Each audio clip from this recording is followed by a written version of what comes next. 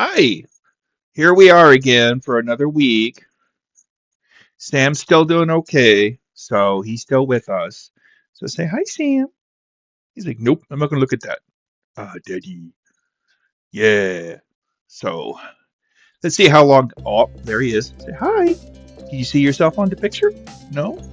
Oh, all right, all right. Let me open up my notes for this week's stuff of the week. Oh, I think we have. He's like, okay, you're gonna not pay attention to me adequately. So, this is episode 22 of Stuff of the Week, which is a recap of stuff I have read, watched, added to my collection, or perhaps done over the past week, give or take a day. And this is the first week of June 2026. And of course, we'll have a trip at the end at the Wayback Machine, another batch of newspaper clippings from either the San Francisco Examiner or the Oakland Tribune for the week concurrent with the work week, the first week of June. So let's get started. First, Monsterpalooza. Went last weekend, had a grand old time, of course.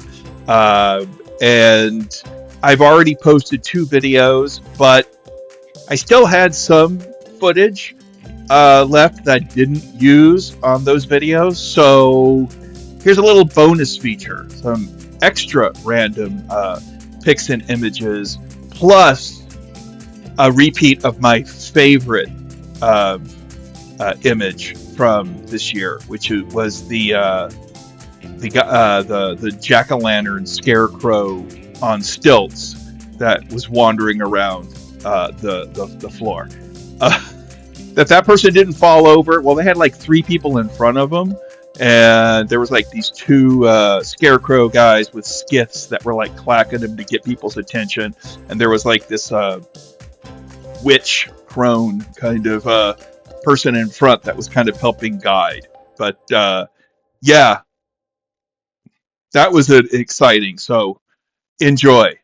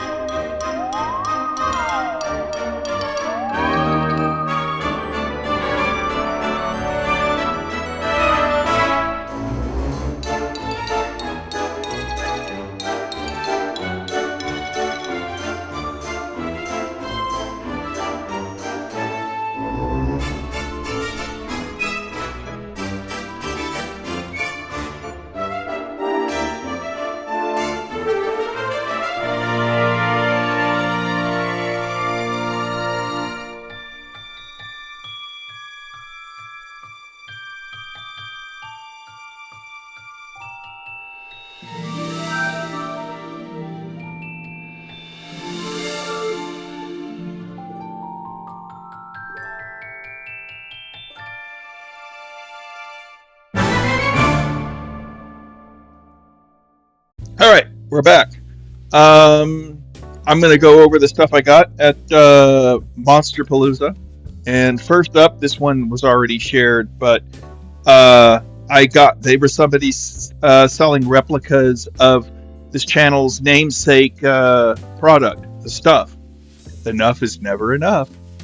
And there was 2 versions of it. There was the neat version, and then there was a gooey version, which came with take this off. It's empty.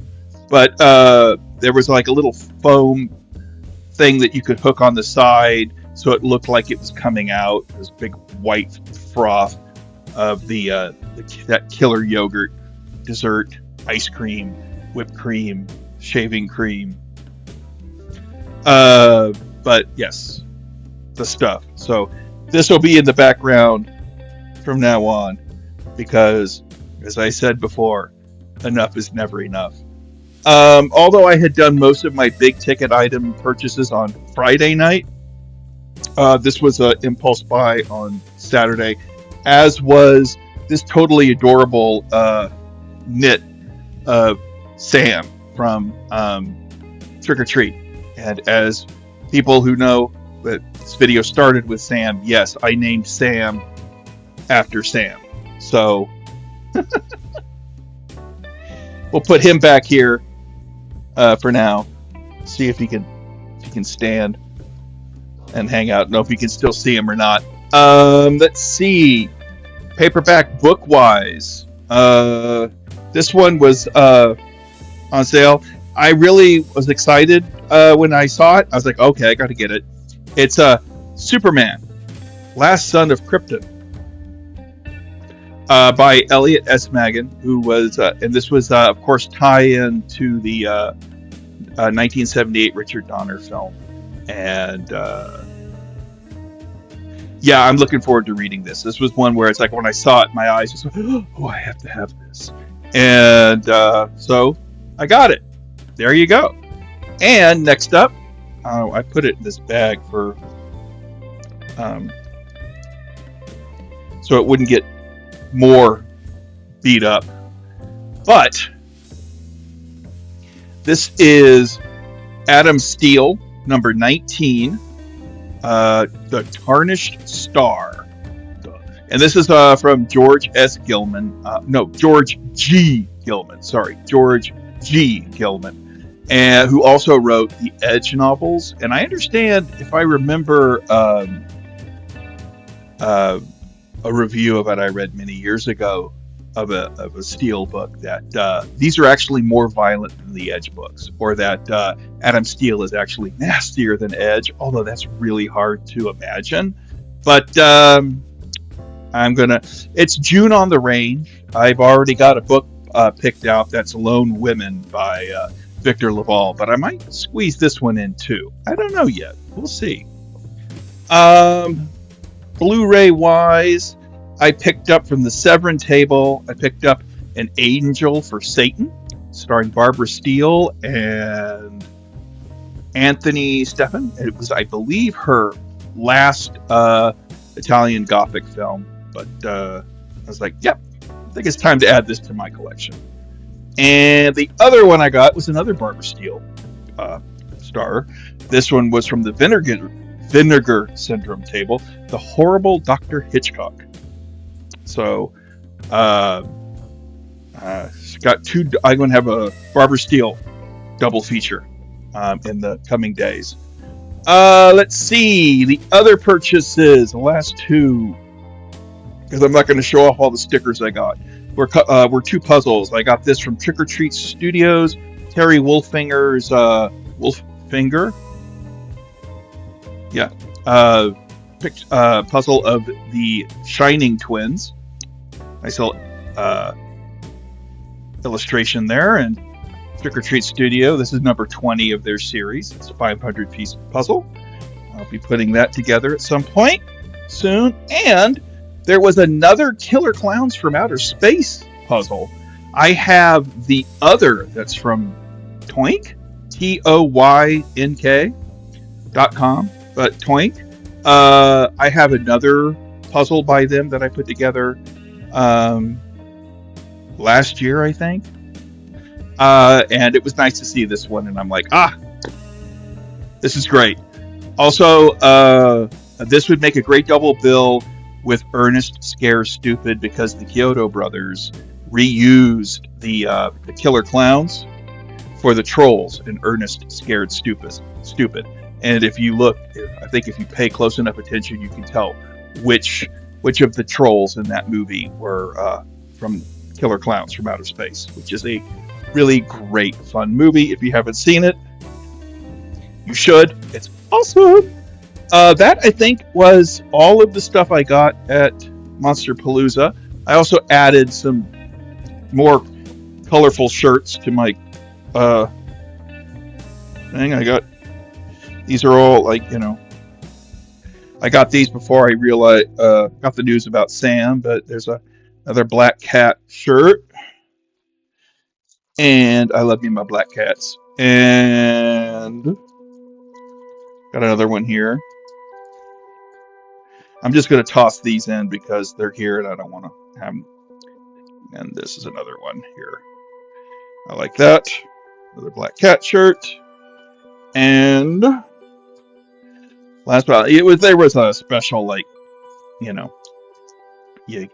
got a deal on one of the extra shirts. So, and then there's this guy speaking out. So there. So yeah, these will be popping up in videos. I'll be wearing them at points. You'll be seeing them. But that's the purchases. I'm going to return to Monsterpalooza briefly because I'm going to go over the panels I went to. The first one was a tribute to Bob Burns, who is probably one of, along with Forey Ackerman, probably one of the key components in keeping film props and memorabilia and collectibles, saving them from just being thrown out, because stuff used to get thrown away. They didn't realize that there would be a market or a saleable market for it. And so a lot of people knew Bob. So he wound up getting like stuff from Alien and Aliens and all that. He was also known for his ape character Kogar, who was in the Monster Museum this year as a tribute to Bob. And he knew Rick Baker, and evidently after getting to know Rick Baker, they both shared a love for like creating gorilla costumes. So Kogar's face got an upgrade when Rick Baker redesigned it. He also appeared in the TV show The Ghostbusters, which starred Forrest Tucker and Larry Storch. It aired in 1975. I remember watching it and loving it and really being disappointed that it wasn't continued. But you can see episodes on YouTube. It's a Saturday morning sitcom that, could have gone someplace, but ABC chose, I think, Legends of Isis over the Ghostbusters. And, them's the breaks. Also, following that was a panel on Pinocchio Unstrung, which I have a little flyer here for. It's evidently from the people that have been doing, it's the director, as a matter of fact, who have been doing the Winnie the Pooh, Blood and Honey, and the other things. Robert Englund plays Jiminy Cricket in this, and not a good Jiminy Cricket. And Richard Blake, who plays bad guys in a lot of stuff, he plays Geppetto. And this is, of course, Pinocchio turns into a horrible killing machine. But this is something I might watch because the animatronics look pretty impressive, but my expectations for this kind of stuff aren't high.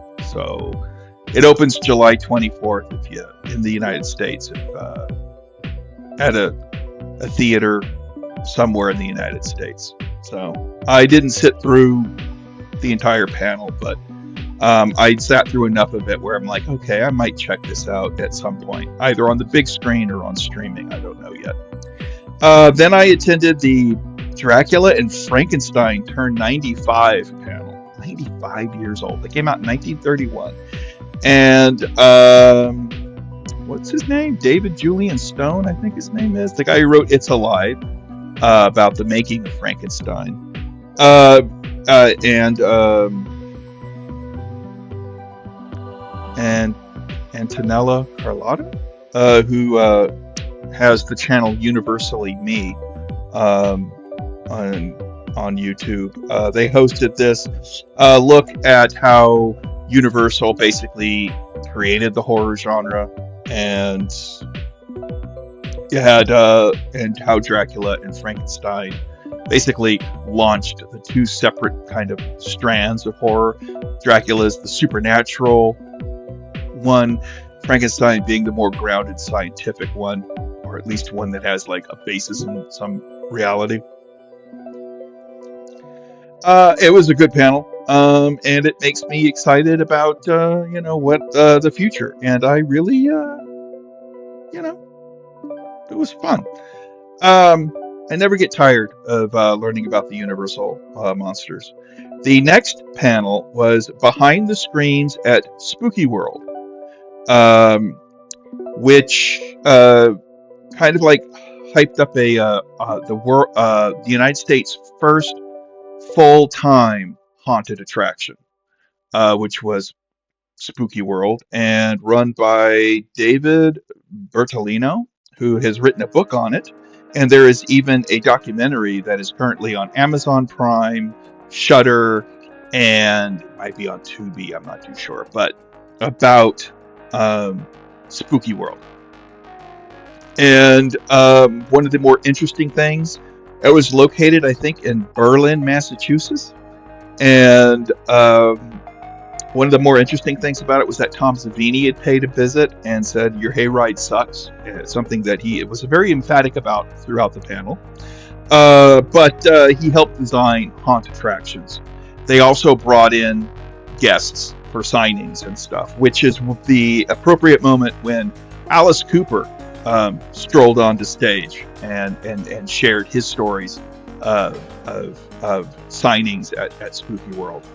Linda Blair was there at one point, and Kane Hodder, who also came out and joined Alice Cooper and the rest of the panel to talk about Spooky World. And I really want to watch this documentary. I would have bought the book, but I had already gotten all the high ticket items, and was just kind of like, yeah, my shopping's done, and I can probably get it from Barnes and Noble or Amazon or a bookstore around here. But definitely I want to take a look into that. The last panel that I attended was for Universal Horror Unleashed, which is in Las Vegas. I've been twice, covered it, Stuff of the Week previous, and just it's a great little place, worth a visit. The mazes are a lot of fun. They talked about all of their plans for future exhibits and experiences that they're going to have a specific I think it's in the Premier House, which is the sit-down restaurant, but they're going to have a film-based set menu. So you could sit down and order an entire meal that is themed around one particular movie. And judging from a comment made by one of the people on the panel, the first one may be Friday the 13th. Now, whether that's the first movie or one of the Jason films, I don't know. But he did say, so I mean that's pretty obvious that it's going to be Friday the 13th, and that would be fun. But they are going to be doing others. They even joked about there might be an Obsession themed sandwich available at either Premier House or at what's the sandwich one they have? Choice Cuts, Rough Cuts, something Cuts. I can't think of it off the top of my head. But they are going to be having more seasonal events and limited time experiences. They evidently have a patio area and an extra area where they can have a fifth maze constructed, and is to kind of like that can come and go, so they can change it. Or and so some of the other ones, they're going to have like a, like I said, the food film frights is going to be a reoccurring thing. They've had what they call Feaster Grievings. They're going to have, which is an Easter themed thing. They're going to have in 2027. Looks like they're going to be having an anime horror experience, as well as plans for a Halloween maze. And there's going to be some there's also going to be more overhead acrobatics. No surprise, since the people who are running this come out from the Cirque du Soleil area of the Vegas Strip. But there's also going to be an all-new Jack show, and a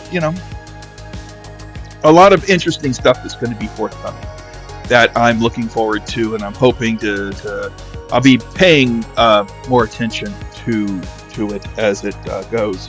And they plan on being back at Monsterpalooza next year, so I would look forward to that. And it was interesting, while I was standing in line, there was a young lady opposite me, because they had this snaking line. She had a Universal Horror Unleashed bag from that. It's the same bag that I bought when I went to the gift store, and part of me was like, wanted to go, I got that bag, but I didn't say anything because I wasn't feeling. It was a little bit people-y. I was a little peopled out. It's pretty crowded. So, the two things that were interesting were at breakfast on Saturday morning. I saw Paul Williams, who was a guest on a panel. He had been there the Friday night. I saw him having breakfast at the hotel restaurant. I'm like, if it's touched at Tanya, I'm like, hey, I'm having breakfast with Paul Williams, kind of. And then that night, after the day, at a very crowded and chaotic bar, where they lost my order, and it was just like that. I bumped into Sybil Danning, who was also a guest of honor, and at the thing, and we kind of like made eye contact and kind of like just shared, very tired, like, this has been a long day, smile to each other. But that was a nice little moment. But that is the end of Monsterpalooza, and whatever bits and bobs I have added to my collection. Haven't really started a new puzzle, but the next one on deck, and I don't know if I mentioned this in the previous episode or not, but that is going to be Quarantine Cats by Buffalo Games, and it's a 750 piece puzzle, a palette cleanser, and then after that will be the 1,000 piece Killer Clowns, followed by the 500 piece Shining Twins, and then another 1,000 piece one after that. But haven't really made any decision yet. Now, reading wise, I read one short story in the Weird Women anthology, and that was Nutbush Farm, which was a rather lengthy story. Let me see. I did not write down the person's name, which is really bad. Charlotte Riddle. Also, which is under the pen name Mrs. J.H. Riddle, who was evidently a fairly renowned writer in the naturalistic style, which I could see in this book, because you could act this story, because you could actually get a sense of what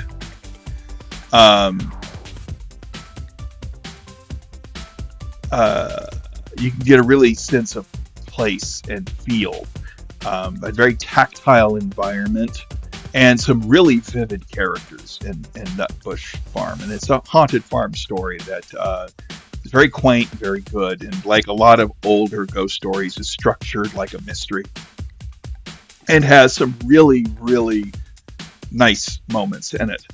Five of her novels dealt with buildings blighted by supernatural phenomenon, and those five novels would be Fairy Water, The Uninhabited House, The Haunted River, The Disappearance of Mr. Jeremiah Redworth, and The Nun's Curse, all of which are ones I might be keeping an eye out.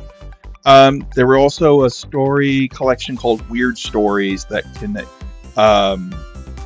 contains her shorter ghost stories, which would include Nutbush Farm, which I just read and enjoyed. So that was the reading. Let me go on now. Okay, trail cam. I posted a video of the squirrels, and that's basically what I got last week. The plums have been ripening and dropping off of the tree, so the squirrels have just been having a feast. And it's pretty funny watching them scamper all around in the afternoon. They're basically just triggering the motion, and so I'll get like an hour of just them going around. I won't. It's about a 3-minute video, so I won't share it here. It's already up on the channel. It went up on Thursday night, so or Thursday morning, I should say. It was at 3:15 in the morning. But I did have put together a little video of of two different shots of, like, there was just like these squirrels that were just like, man, they were nomming, they were facing the camera, and they were just in the zone. All this stuff is happening behind them and everything. They don't care. They got their plum, and they're just like nom nom nom nom nom nom nom nom nom nom nom nom nom nom nom nom nom nom nom.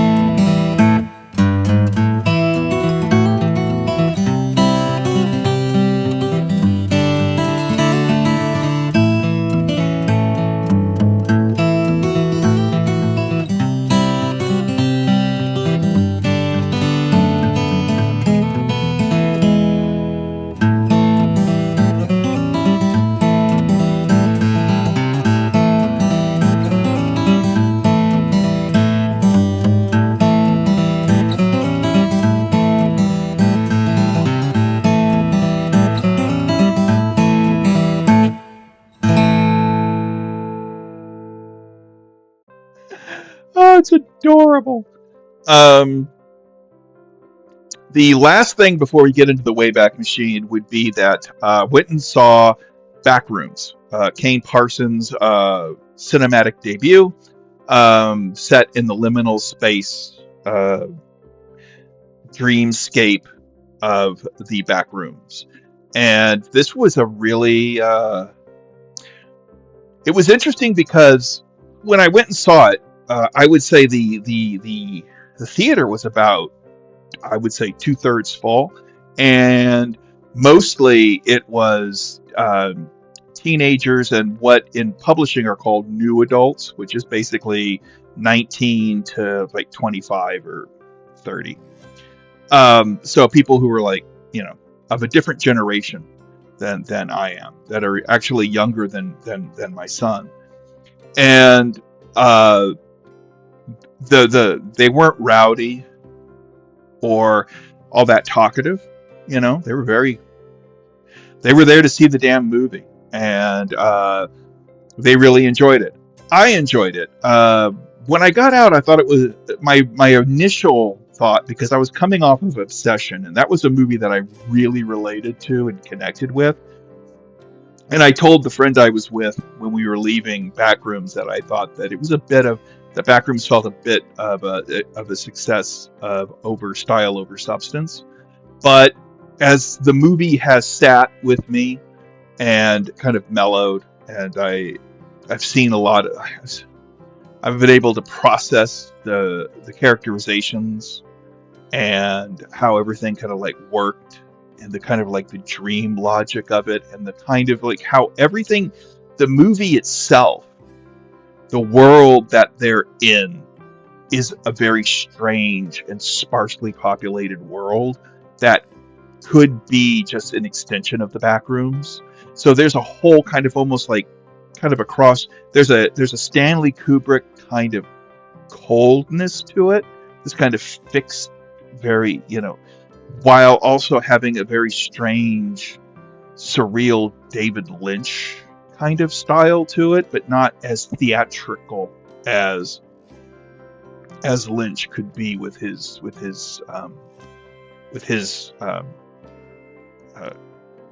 surrealist touches and flourishes. But yeah, the movie has some pretty scary scenes in it, and it kept me engrossed from beginning to end. I did find it heartwarming that there is one scene in the movie when they were like, one of the characters is going through the back rooms, and they go into an environment, and it looks kind of like a swimming area or something. But I was like, they go into this environment, and 2/3 of the audience just erupted in cheers and applause. And I was like, oh, this is a reference. I do not get this reference. I feel like Captain America in the Avengers, and in, where there's a lot of references I just don't understand. So I don't get it. And I think that's great. That's fine. I don't have to get everything. And I loved seeing the movie connect with an audience like that. And people were leaving, and they clearly really liked it. And the movie is just cleaning up at the box office, along with Obsession. Horror is having a really, really solid summer in 2026. And I'm all here for it. Unfortunately, Passenger slipped through my fingers. I had been planning on seeing it, but just didn't get around to it. I'll catch it when it comes out on streaming at some point. But them's the breaks. All right. Speaking of breaks, it's time to break with the narrative. That's a horrible segue. It's time to pump the brakes on this here machine so you can get into the Wayback Machine. That's still a horrible segue. All right. Time for the Wayback Machine. Vintage newspaper ads that I clipped from dates concurrent with those of the work week of June 1st, Monday, June 1st, to Friday, June 5th, 2026. So let's go. And our first stop is 40 years ago, June 1st, 1986, which was a Sunday, evidently. And Tobe Hooper's remake of Invaders from Mars is going to start on Friday, June 6th. I missed out on this. And it bums me to no end.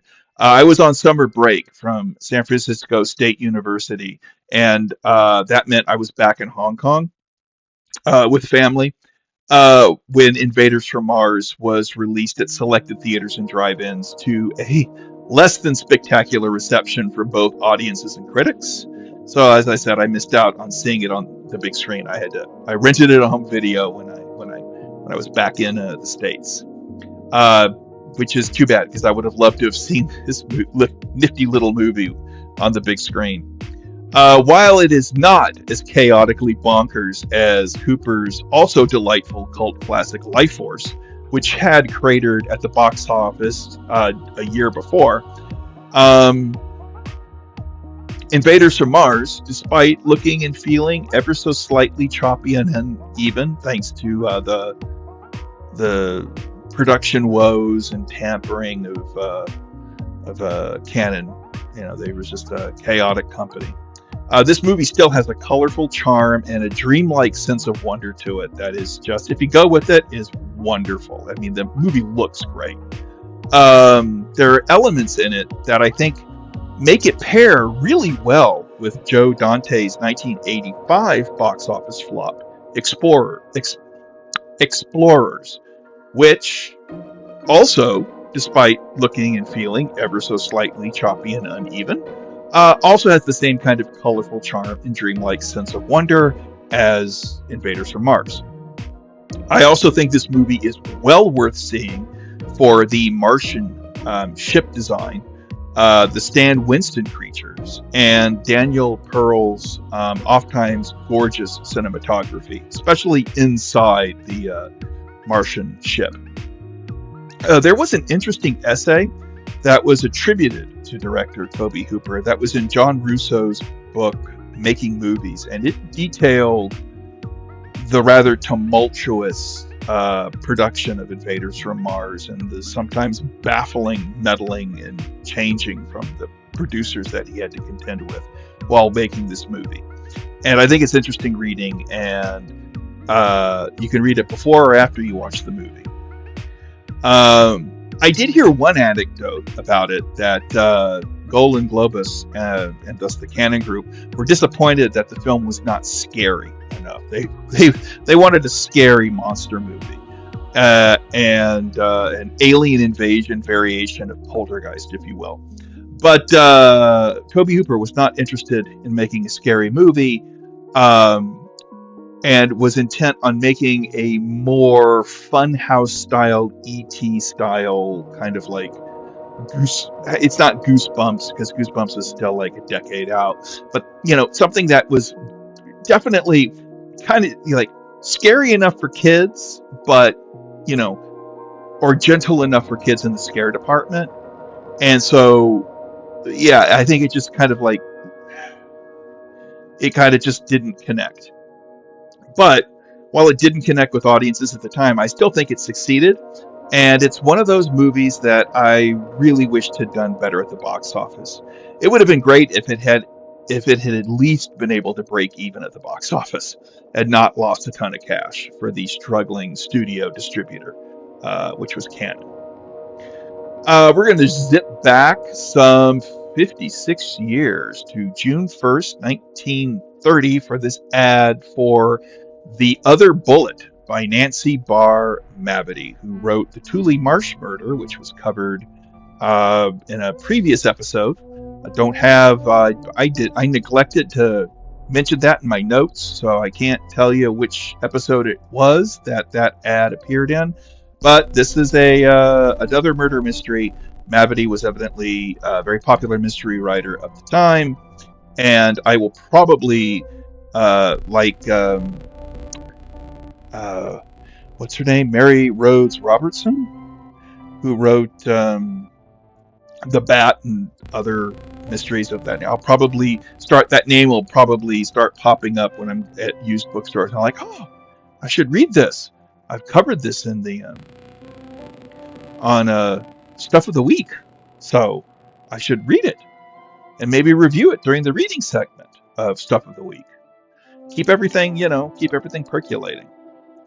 All right, we're going to shoot forward 46 years to June 2nd, 1976, and a re-release of Brian De Palma's Phantom of the Paradise starts today. Brian De Palma's Cult Oddity was first released in late 1974, and I did not see it on the big screen then. No surprise considering my age, but I'm 100% certain that I did see this 1976 re-release on the big screen. And one of the things I really love about clipping and sharing these vintage ads is it gives me a chance to learn and process the difference between when and how something happened versus how I remember it having happened, because your memory really isn't a memory. It's a construct cobbled together from various. It's a patchwork of various things. It's not a photographic recall of an event, especially something here that was, 50 years ago. But sometimes the history and the memory align.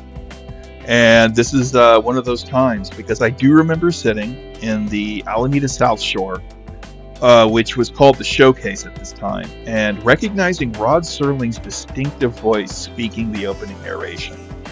I was like, and I do remember it as recognizing it as that guy from Night Gallery. I'm like, that's Rod Serling. Oh wow, cool. He's in this movie. He wasn't in the movie. I think he had passed by this time, but this was like one of his last projects before he passed in 1975. I think he passed in 1975. Anyway, it wasn't like Twilight Zone, because I don't think I would see an episode of Twilight Zone until 1978 or 79, maybe. But of those, the what I do remember, or at least as I remember my first ever Twilight Zone episode, was the Charles Beaumont scripted A Nice Place to Visit, which still remains one of my all-time favorite episodes of Twilight Zone. Phantom of the Paradise would also serve as my first ever Brian De Palma movie, and I can't think of a more wonderful and memorable introduction. Also, as far as history differing or merging with personal memory goes, I did a check of the theater listing to see what the co-hit was, and it turns out that Phantom of the Paradise was double billed with another far less stellar childhood memory of mine, the painfully unfunny, at least that is how I remember it, Old Dracula, which starred David Niven, which means I saw them on a double bill. I probably saw them on this double bill, although I don't remember that as the case. I remember seeing this at the show at the South Shore, and I remember seeing Old Dracula at the South Shore, but I don't remember them as being together. But here's where that whole memory thing comes in. I do remember where I was seated in the theater. In other words, how the screen was positioned in front of me. And my positioning in the theater was pretty much identical. And so while I don't remember seeing these as a double bill, I'm pretty sure I did. At the tender age of 8 or 9. But yeah, that was just, again, weird thing. Let's see. We go from 1976. We're going to go back 55 years to June 2nd, 1921. And we here have a ad for the serialization of The Girl in the Secret by C.N. and A.M. Williamson, which is called A Fascinating Story of Love, Adventure, Tragedy, and the Fortunes of an Orphan Girl. That's going to start in next Sunday's Examiner. Despite the implied dual authorship, The Girl in the Secret was actually written by one Alice Muriel Williamson. And she was a prolific and respected writer. Her second novel, titled A Woman in Grey, established her as a worthy successor to Wilkie Collins. I did an admittedly cursory search of this and did not find any information about this particular book, or even its title, which leads me to suspect that this might be a retitled reprint of a previous work, but I could be wrong. So don't quote me on that, but it's my theory, and I'm going to stick with it. All right, we're going to shoot forward 63 years to June 3rd, 1984, and Ghostbusters. Dun, dun, dun, dun. Who are you going to call? Starts Friday, June 9th. And Ivan Reitman and Dan Aykroyd, with the assist of star Bill Murray, co-star Sigourney Weaver, Rick Moranis, and the Unacknowledged Ernie Hudson. Jeez, guys, you could have put him on the poster. Reitman and Aykroyd captured lightning in a bottle with this. That, despite numerous repeat attempts by a variety of people, has never been recaptured. I do think this might be my favorite film from the summer of 1984, although it does receive stiff competition from the darker and scarier, at times, Gremlins, which also happened to have been released on the very same weekend as Ghostbusters. I was visiting friends and family in the States at the time, and which means I got to see this during its theatrical run, while it was enjoying massive business. And I saw it at the Southland Cinema in Hayward. At least that's where I remember seeing it. And I think that's where the Applebee's is now. I think that was where the Southland Cinema was. But don't quote me. Don't quote me on it. Okay, we're going to go back 54 years to June 3rd, 1930.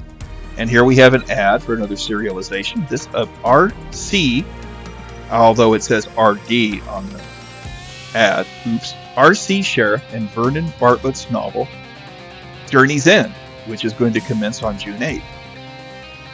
This was an adaptation of Sheriff's 1928 stage play of the same name, and is considered to be quite the harrowing and unflinching look at the psychological effects of World War I upon those who suffered in the trenches. It's evidently a classic anti-war novel, and one that's well worth searching out according to the reviews I've seen.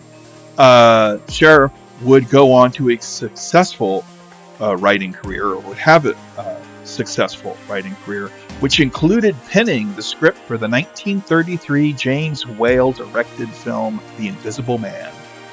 But more on that at another time. Now we have June 4th. We're going to go forth 51 years to June 4th, 1981. Man, I'm flubbing all over the place. Look at that flubbing. It's flopping around on the floor. All that flubbing.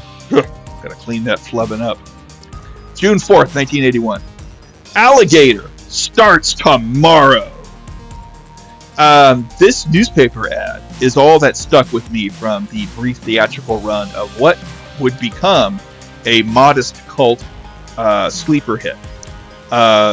Blessed with a solid cast that got to work with a wonderfully tongue-in-cheek script by John Sayles, who, in an interview in Twilight Zone magazine, said he wrote this on a plane flight from New York to Los Angeles. And it's a fun, unpretentious, and at times somewhat nasty monster movie. For whatever reason, this one slipped through my fingers, and I did not see it until it debuted on network television. I do think the film's infamous walk the plank scene made it to the airwaves intact, but that first viewing has been mixed and muddled with countless follow-up viewings on VHS and DVD. It doesn't really matter. But I did know about the scene well before seeing it, because someone at school had seen the movie on the big screen and talked about it. Because I'm curious as to the historical relevance of this, because it's of interest to me, and this is my channel and my show, so I'm going to do it. I checked Friday's theater guide to see what the co-hits were for Alligator when it opened in 1981. The Roxy would have Alligator on a triple bill with Shogun Assassin and Planet of the Dinosaurs. That is an awesome triple bill. The South Shore had it paired with the action comedy film High Risk. The Coliseum Drive-In would be showing it with Humanoids from the Deep, while the United Artists in Berkeley had it coupled with Windwalker, which I think was the movie with Trevor Howard. Was that his name? He played a Indian shaman, but yeah. And if you went to see Alligator at the Festival Cinemas in Hayward, you would see it on a double bill with Excalibur. The Cooper twin in San Pablo also would have it with Humanoids from the Deep, while the Regency in Pleasant Hill paired it with the Charles Bronson and Lee Marvin historical action flick Death Hunt. So, by and large, I think you're gonna enjoy yourself regardless of what theater you would go to. Going back in time 60 years to June 4th, 1921, and we have this week's edition of the Literary Digest that presents both the European and the American public opinion on the Silesian question. Now, the rather verbose ad copy in this ad shed no light on what the hell the Silesian episode flare-up was. So I looked. I did a cursory internet search again, and it was revealed that this was a post-World War I border dispute between Poland and Germany regarding an area known as Upper Silesia. I hope I'm pronouncing that right. It was an industrial area important for iron and steel production. And it was an area that appears to have been populated mostly by Germans.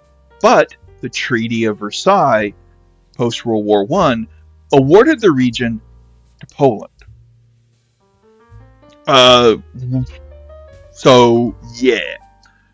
Which makes the ad copy observation how the sobering realization that the failure of France and Great Britain to reconcile their conflicting interests might fan into flames the smoldering hatreds of Europe.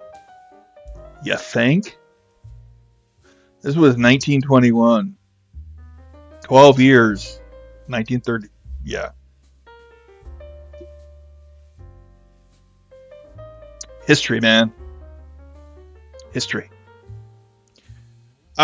Speaking of history, we're going to shoot forward 56 years to... Is 56? Yeah, 56. To June 5th, 1977. And Sinbad and the Eye of the Tiger starts Wednesday. Now, Sinbad and the Eye of the Tiger might be the only Ray Harryhausen effects movie I saw on the big screen. While this June 5th, 1977 ad clip from the San Francisco Examiner lists the Alameda Theater, which was on Central and Park, I think, in downtown Alameda, I remember seeing it at the ever reliable South Shore. So I probably saw it late in the summer, or after it played there for like a week or two and then got bumped over to the South Shore.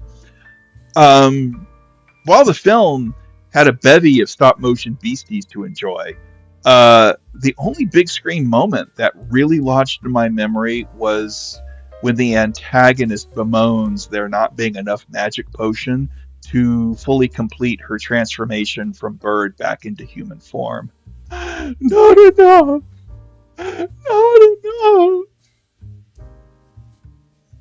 That's what that seared in my memory.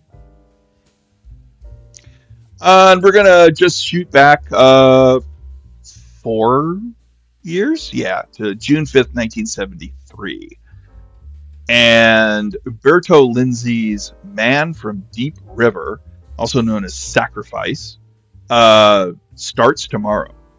Now, interestingly enough, although this opened in theaters in 1973, a friend and I actually saw this on the big screen in the mid to late 80s at the Electric on Market Street, which is now, I think it's the Iron Horse. It's a strip club. It's right next to either the Warfield or the Orpheum, but it's on Market. But I think it's the Iron Horse. But that used to be the Electric, and that's where I saw a lot of movies. And one of them being Man from Deep River.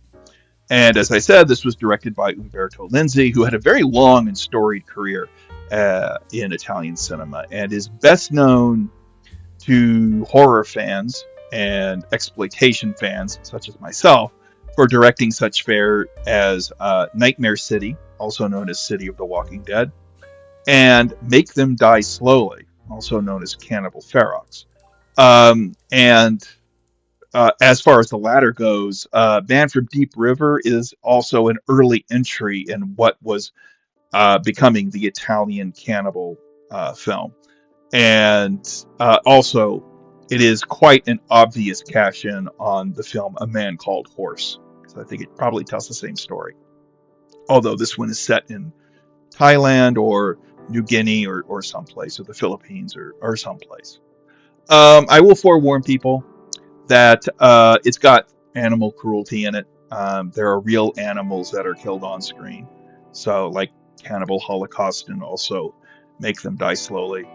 Cannibal Ferox, and same thing. So, if you don't want to see that, don't watch this movie. However, there was one particular moment where the friend I was with made a pithy aside that he thought he was speaking quieter than he was, because they do something with an animal, and the guy's like, and the protagonist is like looking like, oh. And my friend was just like, oh, you got a microwave? And oh, you got a microwave? I don't know if I muttered that too much, but everybody else in the audience just burst out laughing. We were just like, oops. But yeah, it's if you know, it's an Italian exploitation flick, so proceed with caution. And that's it. There we have it.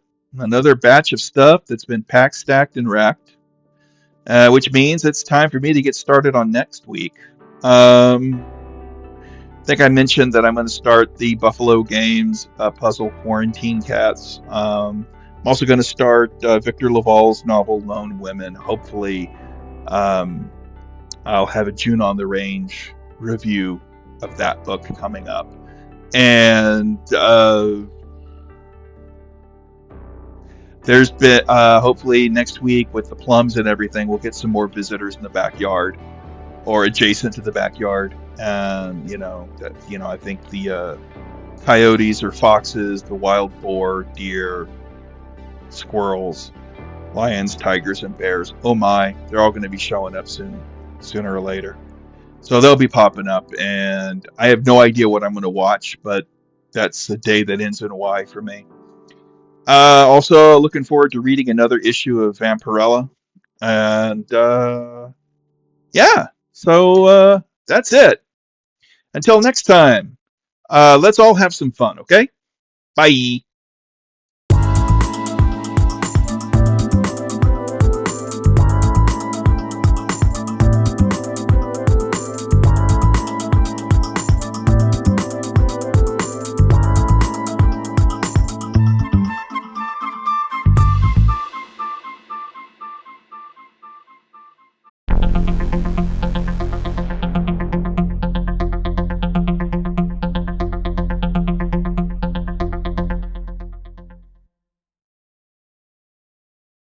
Enough is never enough.